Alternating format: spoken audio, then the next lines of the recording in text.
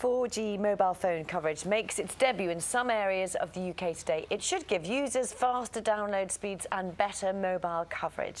But how much of an improvement will it really be, and how does it compare to 3G? And what is a G anyway? Rory Kettlin-Jones can tell us all. He's at a cafe in Manchester question for us this morning. Morning, Rory.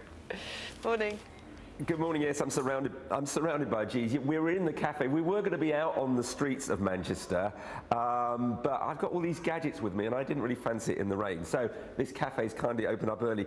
What we're talking about is the fact that we're using all of these devices, smartphones, tablets, computers, and so on, to access the internet on the move, and that is putting a huge strain on 3G, and the answer is 4G. And the first 4G network goes live this morning in Manchester and 10 other cities across the UK. We are about to do a live test, I think the first live test on British television of the 4G network. I'm about to do it on this phone. I'm going to tap here, and while I'm doing it, just have a quick look at this. It's supposed to be the super-fast future of mobile communication, but 4G has taken its time to arrive in Britain.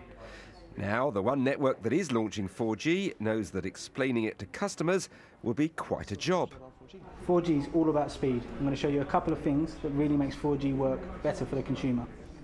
The technology offers far greater speeds for web surfing than 3G, but you'll need a new 4G-capable phone and you'll pay more. So why should consumers be excited? We're all using our smartphones and tablets more and more, using Facebook, Google Maps, searching for those internet sites and trying to send and receive presentations if we're perhaps business people on the move.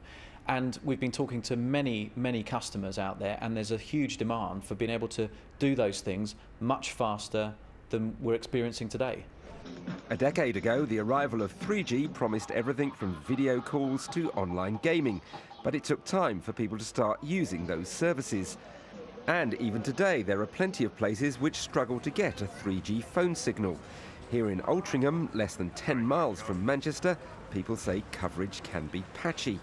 Sometimes you could be walking around outside and you just don't get signal. Some days you get full 3G and then some days nothing at all. I won't be able to go on the internet, I won't be able to use my Twitter or Facebook or anything like that. It is annoying since I'm on contract, so I'm paying monthly for a service that I'm not always receiving. In the last few years, modern smartphones have led to an explosion of mobile internet use, but the 3G networks are struggling to cope. Now, 4G is supposed to change all that, making the internet truly mobile. But anyone who doesn't live in a big city may have quite a wait to try it out.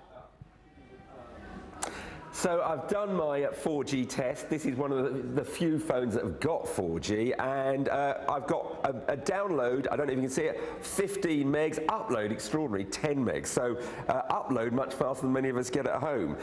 And just by contrast, here's a 3G phone, and it's getting about a tenth of that, about 1.3 megs.